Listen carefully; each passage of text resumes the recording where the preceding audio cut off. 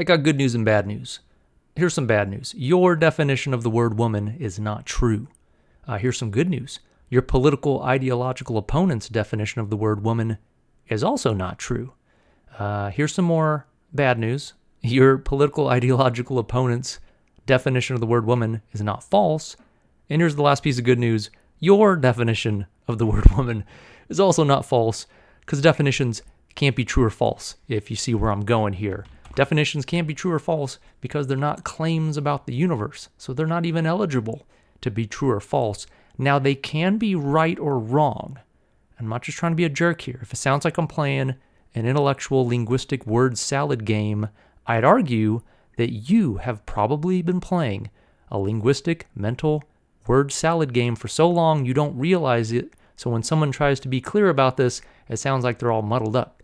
But I'm not muddled up. Everyone's muddled up, and I want to tell you why. So if this sounds weird to you, stay with me. Things sound muddled up because humans conflate three different ideas of the word right. We got these all in the same mind bucket. And if we think one of these applies, we think all of them apply. We do this kind of subconsciously, and then we do the same thing with the word wrong.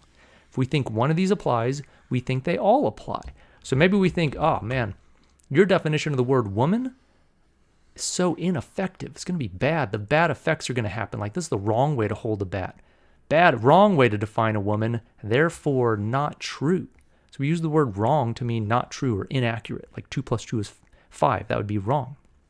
These are two different ideas, but we conflate them. So if you think some definition is going to have bad effects, you think it's going to be not true. Or if it's going to be immoral, maybe that's going to be immoral. Like, it's immoral, wrong to kick a dog. It's also immoral to have the wrong definition.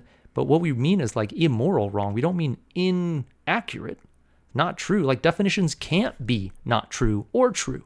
So we make the same mistake here. Maybe think, my definition's right. It's going to have good effects. Therefore, it's true. Sorry, definitions can't be true or false. I'll prove that in a minute to you if you don't believe me. I'm just trying to show why people think that a definition might be true or false. Or you might think, my definition of woman is going to be moral. It's going to have good effects on people. It's like the moral thing to do. Therefore, it is true. But again, definitions can't be true or false because they're not claims about the world, so they're not even eligible to be true or false. But since the human mind conflates these ideas of right and wrong together, that's why you think that your definition might be true or false. Now, you might not believe me. You might be like, what are you talking about? Definition can't be true or false. Of course, it could be true or false. Not really. So when we want to define something, we just want to categorize it, and we can categorize things however we want. So we're just giving a signifier to a signified. So let's say this is a universe right here. This dashed line represents a universe. All kinds of stuff in here, all kinds of phenomena. There might be emotions and objects and all kinds of phenomena. So let's define the word widget. Okay, this is a made-up word here. Let's define it. I'm going to say all this stuff here. All these yellow things here are widgets. These are all in the category widget. Now, is that true?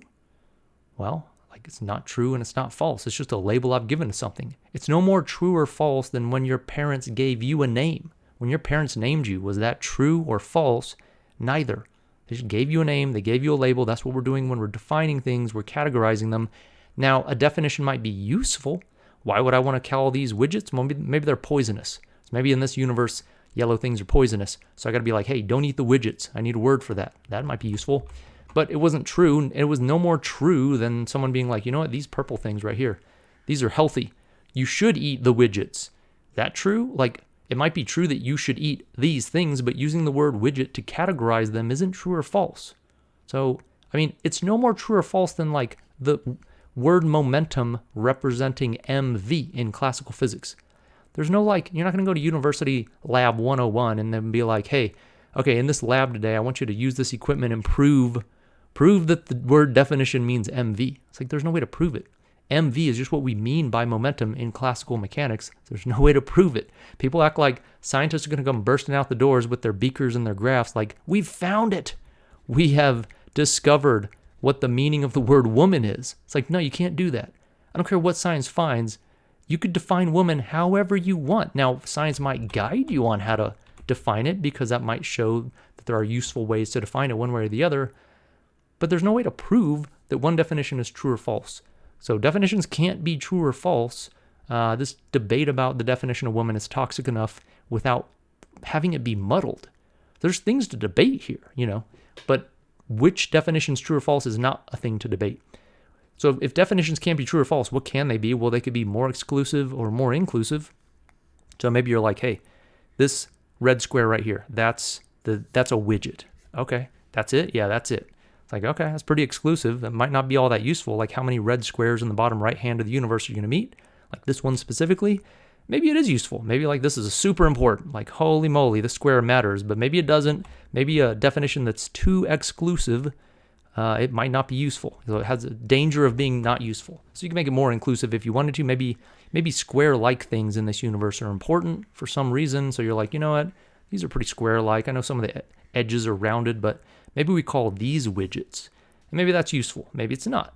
If you get too inclusive, that just like too exclusive, that can be a problem. If you're like, you know what? These are all widget. What the heck? This is kind of widget-like, and we'll come all the way. Yeah, everyone gets into the widget category. So if your definition is too inclusive, just like if it's too exclusive, could be a problem, might be a problem, might not be a problem, depending on the context. So definitions can be more exclusive, less exclusive, more inclusive, less inclusive, but they can't be true or false. So the debate here isn't about true or false. I just want to clear this one thing up. I'm not going to solve this debate here. There are things to debate. The debate is what definition might be useful, effective, what might be moral, what might be ineffective, what might be immoral, but the debate is not about which definition is true or false. So if I could just remove that from consideration, maybe it'll help. Now, once you make a definition, I want to be clear, you can make true or false claims about a definition. So you can say, oh, traditionally the word widget has meant this, okay? Or most people in the world use widget this way. Or if we use the word widget, it might cause this. Like these are all claims about a definition. Claims about a definition could be true or false, but the definition itself isn't necessarily true or false, and there's no way to like prove that it's true or false. This debate is toxic enough, just trying to figure out what's going to be effective, ineffective, immoral, and immoral without getting conflated in our minds about this. If you want to learn more about that, if you want to unconflate your mind, learn the whole logical fallacy map here, check out my previous video on the conflation of rights. It might help you untangle these ideas in your mind.